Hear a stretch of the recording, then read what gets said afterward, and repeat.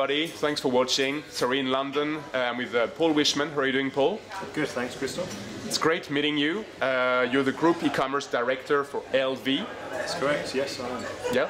So we're going to speak together, not together, but on the same day at a Market Force event on social media and financial services in the next 4 or 5 weeks in London. Yes. Yeah. Yes. And you're going to start the day, I believe, in one of the first 2 groups, talking about social media, challenges and opportunities, pretty much in financial services. What's your vision on social media and your experience at LV? I think for the day, it's important for me to, I guess, really explain the journey that LV have taken, and I think very much it's a case of, I guess, the scene setters would be taking us back to 2009, and what we did was set out a clear strategy. We felt was a clear strategy. What the objectives were. You know, why would you want to step into, especially as a financial services company, into the sort of social media world? So I think we did the right things as far as the building blocks were concerned. And that was very much setting out the strategy, identifying the opportunities that existed there, evaluating the threats as well, and I think it's fair to say that there were and there still are some scare stories, some bad case studies, so it's understanding what the potential pitfalls are. And as I say, especially for a brand that was and is gaining notoriety, it's absolutely critical that whatever you do, you do in a consistent way. So we call ourselves to have great customer service, it's something we truly believe in. If we're going to extend that to social media, we've got to make sure that we have the right safeguards and deliver the same proficient customer service that we do online as we do offline. Indeed, actually, yeah. No, thanks for that overview, yeah. Just for the readers here and the people who watch the video, yeah, you've been at LV, you joined LV pretty much 5 years ago? Yes. Almost not to the day, but I think next month, right? Yes, that's right. 19th of March 2007. Exactly, so in a month pretty much, yeah. We launched Visible Banking 5 years ago, so we've got something in common, right? Social media, digital engagement. Your background is very much into brokers or investments, e-trading. You've worked online back in the late 90s and early 2000s. Relative dark ages. Whilst I was an underwriter and broker in the early 90s, I was doing electronic trade on EDI, if we can remember that. Of course I can. Back in the mid 90s, and then I guess when I joined Insuricom in '99, joined the sort of .com world. It's a struggle. It's quite interesting when you think that's what already 12 years ago, and how much things have improved and changed over the last 12 years. Yeah, it's all about timing as well for adoption of technologies and engagement. Yes. Yeah. So you're responsible for areas like GI, so general insurance, like life, savings and investments. Am I correct? As a yes, predominantly general insurance. That's my background. Okay. The channels that I was looking after is really everything to do with digital and online. So from an acquisition side, the aggregators, digital marketing, search, affiliates, display, etc. So that's interesting actually. If we talk about that aspect, usually at organizations, based on my experience in banking as well, one of the key questions is about ownership. Who owns things like social media? Is it the marketing function? Is it brand and PR? Is it digital / e-commerce? So could you please briefly just share your experience at LV? Who owns it? You own it? Yeah. Yes. I mean, ownership's almost a strong word. We manage it, certainly. I think, I say ownership's a strong word. Whilst we manage it, part of the strategy that I was talking about at the top of the interview, part of the strategy was actually to make sure that all the right stakeholders were actually engaged. And that does cover, obviously, our PR, our external comms areas, and marketing areas, because we're representing and reflecting our brand, so that needs to be in tune, absolutely, with marketing, but also our customer service, our operations areas, HR. Everyone has an interest, and everyone should have an input. And as long as we've got the right sort of matrix management, and everyone knows who does what, and everyone is aligned, then you should have a high degree of success. I think if you silo things and compartmentalise things too much, you're going to be missing a trick. It's going to be quite a narrow view. So one of the things we've actually done is try to try to get ourselves aligned with all of the areas and make sure we get all of our messages out to the communities and the LV community, Twitter, etc. I think we touched something very important as well, right? Social media, which is much more than just Twitter and Facebook, but that includes Twitter and Facebook, impacts virtually every single department within a bank, yeah? You mentioned brand, PR, HR, potentially products, e-commerce, so you have an impact on acquisition, retention, and everything. So pretty much everything. Again, if we step back or talk about ownership and organization internally, how do you involve compliance, legal and compliance, and do you have some kind of internal meetings you organize on a regular basis to agree on content strategy or engagement models? Yeah, I guess particularly salient for financial services in a regulated industry, compliance is compliance and audit is absolutely it's a hygiene factor. We recognise it, and actually we brought those guys in right at the beginning. We pretty much extended a lot of our media approval processes that were already in existence through to social media. It really should be channel agnostic as long as you do something telephony or digital. Those media approval processes pretty much hold true regardless of the channel. Perhaps the slight difference, whilst compliance are aware and audit will have the relevant insight or necessary insights, I guess the extension to the normal media approval is actually external comms, because we're actually proactively giving messages, we're putting messages out there to the wide world. We are reacting if there's a complaint or a query, usually via Twitter. That obviously needs to be taken back into our operation centres, be it a claim or a customer service query, and dealt with and have the same treatment that's given if it came in via email, via the telephone. So wherever possible, we try to adopt the existing processes. Bespoke to a degree, staying within the necessary safeguards. No, I like that very much. Last year I released a book called Customer Experience Without Borders and how to leverage social media in financial services. Now we're not just talking about our own walled garden, our own digital assets on our own website, prospect site, online bank. No, we're talking about how can we interact with our clients wherever they are, whenever they want, and if they need it. So social customer care is one key area, and we'll talk about it in a second. Yeah. If I step back, in terms of social media, it's pretty clear when we see your site. When I reached this morning, again, your prospect site, right? So LV. Yes. I could see straight away quite a good presence in terms of social media. So at the bottom, you promote it, which is quite unusual in financial services. Yes. So yes, it is. Yeah, exactly. Well, it shouldn't be in 2012, but it is. You're right. You touched something sensitive there. It's mainly today Twitter. You've got Facebook, you've got YouTube, you've got a community as well, and we're going to talk about it. Yeah.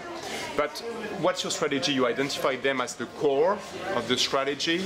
Do you think about adding other channels, or do you think you will concentrate on those for the time being to do it well? Yes, I think for us it is certainly focused on the core, what are perceived as the core channels. We have done things with Foursquare. We've done from a corporate social responsibility side of things. We do a lot of sponsorship. Within Bournemouth, we actually had something called Kids Zone, where we sponsor things to help underprivileged children go to the beach, and that's something that we did a particular campaign. Smart with campaign. Smart with campaign. We had a conversation about campaign in social media, but it's fine. We went into it with our eyes open. We meant it to be a one-hit thing. It wasn't necessarily a continuous. That's fine. You need to experiment as well. Yeah. Absolutely. But no, I think for me, the hygiene, if you like, is those key channels. Certainly Facebook and Twitter. Yes, we do use the videos, games, etc. on YouTube, and we've had tens of thousands of views, which is great. But coming from a customer service perspective, whilst Facebook certainly serves a good purpose, at this moment in time, I feel that Twitter is given the greatest value, and that is predominantly from a customer service perspective. Okay. No, it makes sense. I think that's one easy and smart area to start with. Yeah. Yeah, and it's probably part of the journey that we're on. I think the typical journey should be, certainly the journey we took, which was get your strategy right. Part of that strategy probably should be saying, you need to assess and monitor, what it is. Obviously, people are talking about your brand, what the sentiment is, positive, negative, what the issues are, and then once you've got the necessary apparatus in place, you can start to interact with people and actually join the conversation. Financial services where appropriate. It's not always appropriate to join the conversation. It's not what social media is about. But if there's an opportunity to help or inform people, if you do it in the right way, I think and that's sort of the journey that we've taken today. There's benefits. I mean, and it makes sense. We didn't talk about online reputation too much, but of course, usually that's where financial institutions start. Yeah, they listen, and then they decide when there's a mix of being more comfortable, finding the right moments, the right conversations, and then they decide to jump in and reach out to those people. Yeah, yes. That's one very important thing. Yeah. Talking about just very briefly now, you said Facebook. So Facebook, you got, I believe, around 1,300 likes today. Yes. And then we talk about Twitter. Twitter, you've got 3 main accounts, I believe. The main one, plus one on customer care that you mentioned. Exactly, and one on careers, so LV Careers, right? We've got a rugby one as well. And you've got rugby. That I think it's just the 4. I need to add to our benchmark. I missed that one, so apologies. What is success on Facebook or Twitter for LV? Because we all know it's not just about the size, but still size matters. We had another discussion. Absolutely, yes. Who's got the biggest community on Facebook or Twitter? Yeah. So can you give us some insights? What's your vision? I think, again, part of the strategy when we formulated this, it was really to understand the value that each sort of follower, fan, what the attribution value is to us as a company. Now, you often get people that maybe if this campaign specific, there will be they will follow you, but then they will disengage. I think the key thing is probably engagement. That probably is the key word. The way you can drive up value is if people feel that they're getting something back. And actually you can... A reward, yeah. A reward, and often we find that actually turning a potentially or perceived bad issue around, and we've seen that many times on Twitter, where we've turned it into a positive sentiment, they actually become advocates. Champions. And actually we find that it's almost self-policing. I think that's probably fair to say for a lot of social media channels, but when you get someone else who is perhaps there's an area of ambiguity or perhaps they are complaining, you sometimes find that the community or they auto-regulate itself and talk to each other. They step in and they say, well, this was my experience, and I can't speak on behalf of LV, but I can say perhaps you should look here or you should check that. And that's when you know you've got a degree of success, when it's become almost self-policing and you're not having to force them to drive things. Obviously there are times when you have certain claims with our specific issues and concerns that we do need to take that, and we do usually need to take it offline. These are not things we want to be having this dialogue in a public domain, but we take it offline, and quite often you find that person coming back online and saying, faith's restored, I did have a concern, LV have listened, they've addressed it, and I'm coming back because I've had now a positive experience. I just want to let you know, put the record straight. It's quite often that I think the thing that people are trying to get across, they had an issue, now they've had a satisfactory service, they just want to tell the rest of the community, yeah, that was good, that was a good experience. Totally, actually, yeah. Again, if I summarize those 2 things here, first of all, you don't necessarily have as a brand to jump into conversations. You can see the community auto-regulating itself. That's called giving them some airtime. That's enough most of the time, actually. And second, it's a great example of at the end of the conversation, even if you processed a customer query in a offline type of approach, totally secure one-to-one basis, try to put it back and come back to the public world with a tweet, whether your client does it on his own, or you might want to buckle it up at the end and say thank you, it was a pleasure to be able to help you, on Twitter for instance, and then you reap off the benefit in a very honest way. Yes. Because you're not like, you know, doing anything wrong or faking a good comment. I think, I mean, that's a valid point, Chris. I think what we found is, I guess, being transparent. You know, we're not. Yes, we try to get everything right, but it's, and I suppose this is the reticence of some people, especially financial services, going into the world, because not everything is right, and you know, there's no panacea, there's no perfect model. Everyone has problems with systems or customer service, and these things will happen. But the only way you're going to improve that situation is by being transparent, by being open the doors and saying, and we've got something called, as well as LV Cares, we've got Inside LV, where we're trying to say, this is what we're doing as an organisation. You know, be it a corporate social responsibility activity, be it about changing products, launching a new product. We try to open the doors up and say, this is what we're doing, and encourage that feedback. And where there are concerns, yeah, we'll listen, and where there's something we can do, we'll be as constructive as we can to turn that around. And I think that's the only way you can improve yourself. So it's a bit of a brave step initially, but you know, it reaps value in the end. I think you're totally spot on, yeah. And again, the other element is it's a live and learn process, so nobody's got the magic formula. Yeah, there's ways to optimize success and increase the chances of success in social, but then you will fail sometime, that's fine. I always said, in social media, you're not judged on your failure, but how you dealt with them, how quickly, how transparently, and if you've done it in an engaging and totally honest approach. That's it. Your Twitter account has been hacked. I personally say it's the best thing which could happen to you as a brand. You have quickly to counterattack, to understand how it works, and to put yourself there actually in a naked and transparent way online. Yes. And you're even stronger afterwards, so it's fantastic. Don't be scared actually about that. I think it's kind of finger on the pulse, in showing that you're watching, you're dealing with things, you're tackling them, and it shows a company that's on the ball. And if you feel that that's the sort of company you are, then you shouldn't have anything to worry about. There will be a bumpy road to an extent, but it'll be valuable at the end of the day. Perfect. Yeah, there's so many topics I'd like to cover. We can't do everything. Maybe very briefly, the LV Grapevine. So you've got a kind of members, community, more than 8,000 members to date. Just briefly, actually, what is that all about, and how do you make sure they're engaged? I mean, what would they communicate and share things on your community, and not on Facebook or LinkedIn? Whereas, I guess the difference is where it actually is a community site. It is intended, the audience is our customers, our members. And it was an opportunity. It was something. Employees as well, or sorry, I'm. Yes, it's absolutely open to employees as well, and I know we have employees on there. You are on there?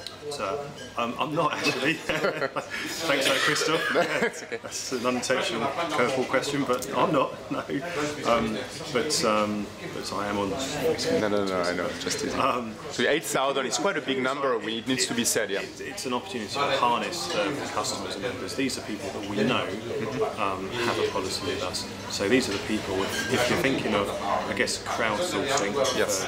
If for want of a better phrase, if we are looking to define and redefine our products, our customer service, these guys are engaged already to one degree or another, and they're the people we really want to sort of say, we want to listen to you. We know you have a policy, we know you're a member, you have an interest already, and we want to work with you. So perhaps Twitter is perhaps a slightly more reactive service. Certainly LV Cares is a reactive service. We're here if you need us, and let's communicate that way. I suppose the community site just gives us that additional value of saying, guys, this is what we're thinking. This is the activities we're engaged in. Perhaps these are the charities we're sponsoring, and sometimes you get feedback on why you're not doing this. And these are the things we can take on board, and because there's that advocacy within the community already, it seems it would seem silly not to utilise that. So it's like your own innovation platform, and through that platform, you might want to ask your customers on product development, new ideas, new things. You might use that to that extent as well. And in truth, I wouldn't want to say that we say it, please. Yeah. We innovate where it's sensible. We haven't gone to the extent of actually saying we're going to do something completely completely different in financial services and completely reconfigure our customer service. So it very much is what we do today, we get the feedback on that basis. So I won't say that we've got to, but it gives us an opportunity with 8,500 people, or whatever it is, 9,000. There is, if we wanted to test things, if we want to do surveys, for example, and there are specific questions that are relevant to customers, members, there is an obvious place to go. Coupled with the surveys that we do online for our prospective and our customers that are on lv.com, obtaining a quote or finding out frequently asked questions. You know, we'll ask specific questions at specific points in the journey to get their feelings. You know, what's the experience? How can we improve? But it's a slightly different emphasis to the one we have on the community side. But it's all about listening, engaging. And as best possible reacting. And I like that actually, it's a good initiative, but to be very clear, there's no reward there. There's not like anything financial, any type of reward you give your members. They just communicate on a free will basis, and they're happy to do so because they like the brand. I mean, there isn't explicitly. Actually, part of the thing that we do convey to our customers and members on the site is actually perhaps some of the concessions and benefits they're entitled to as a member that perhaps aren't well understood if they go there. So we do try to emphasise the things that are available to them. But no, we don't do any. We haven't done any explicit campaigns to say, you know, if you take part in this game or this activity. Well, actually, I'll correct myself slightly. We have done campaigns. Be it Christmas campaigns as far as rugby games, Santa Skittles for a particular festive period, where we do award people in that respect, and we do hope that they then become a follower or a fan as a result. But as far as the community side is concerned, we haven't said that if you help us design, you know, a product, we will reward you in that sense. Okay. Good on, it's very clear. Quite down that far as That's a good one, it's very clear, thanks. And makes it even better, I think, or more. You should be proud of that community if you didn't really have to engage and to reward them, for the time there. That's a good testimony of the value of the service. Or ROI, because you do that, you've got Twitter, Facebook, fine. Customer care, we understand, the ROI is quantifiable. You can impact on the inbound calls through the customer call centers, share of voice online, da-da-da-da-da. The community, like, that's more complicated to justify, or do you say that it's potentially a big issue internally when you talk to your finance director, or how do you deal with that? So I suppose the first thing to say with across all the social media channels, the real benefit it's fairly low cost of entry. That isn't a barrier. Certainly the setup costs is something we do, setting up sites. This isn't a big overhead for us. The management of those sites, the monitoring, etc. I mean, we've got automated monitoring tools, but obviously you need that manual intervention down the line. Yes, there is an overhead cost. I think more and more companies are recognising this is becoming almost an expectation. We were perhaps in the vanguard in 2009, but I think even we're 3 years on, people have realised that actually it's an expectation from the customer that you have these things. It is to actually have tangible financial benefits. It is difficult, certainly to project. You can retrospectively assess the benefits. Twitter is perhaps an easy one because you can say, look, if they're inquiring or if they're complaining or asking questions via this channel, we have a relative cost in the call centre if they were to phone us, so we can say we've saved in that respect. As far as the community is concerned, that perhaps is different. But what we do know as a company is we want to we believe in value, if you like. We need to listen to our customers and if that creates better advocacy, and if they virtually or verbally go and tell people about how great we are and how we've responded, it's worth it. Yeah, it's not as tangible as we've got a quote, we've got a policy, we've saved X amount of money. Those benefits are more difficult to understand, but we know it's the right thing to do, and it's part of our sort of our brand values and advocacy. It's just the thing we should be doing. It's social media. Too many companies think of social media as a tool to sell more online or to better promote, but it's really to increase propensity, yes, to do business with you, but it's not necessarily a direct impact on sales. It's quite difficult to quantify. Plus, we're customer-centric, or you're customer-centric. Come on, in 2012, it's time to put your words where your mouth is, your money where your mouth is, and then do it, yeah. You've got the tools. People want to express themselves, engage them, co-create product, do something more engaging than just a marketing campaign on Twitter. Come on. So that's great to hear, yeah. And it's good. I think it says to our customers, we're here for the, it's a continuous thing. We're not here this month and we're going to take it off, because that kind of implicitly says we didn't really care about you. We were just trying to increase our policy count, our quote share, which I think is insincere, and I think communities and social networks will realise that. And if you lose the trust, which arguably you would, it's pretty hard to come back from that. So that's not the short-term game we like to play. We're sort of looking at a more long-term game. No, totally. Actually, long-term engagement, not short-term. Yeah. Paul, thanks a lot for your time. It's fantastic. Two things I have to add. Good luck for tonight. You've got your award ceremony, so I hope you win it. We have. I'm hopeful. I'm hopeful. Yeah. If nothing else, yes. Fingers crossed. Looking forward to the consultancy awards. So innovation category, am I correct? We're in the innovation category. We've got some stiff competition. But we've got to the finals, so that's a good thing. Again, best wishes for you in that field. And second, I won't say best. Well, I say best of luck, but I hope France will win. So may the best team wins the Six Nations. So yes. Well, I think France have got a good shout to win, actually. Well, we'll see. But now, good luck and thanks a lot, Paul. Thank you.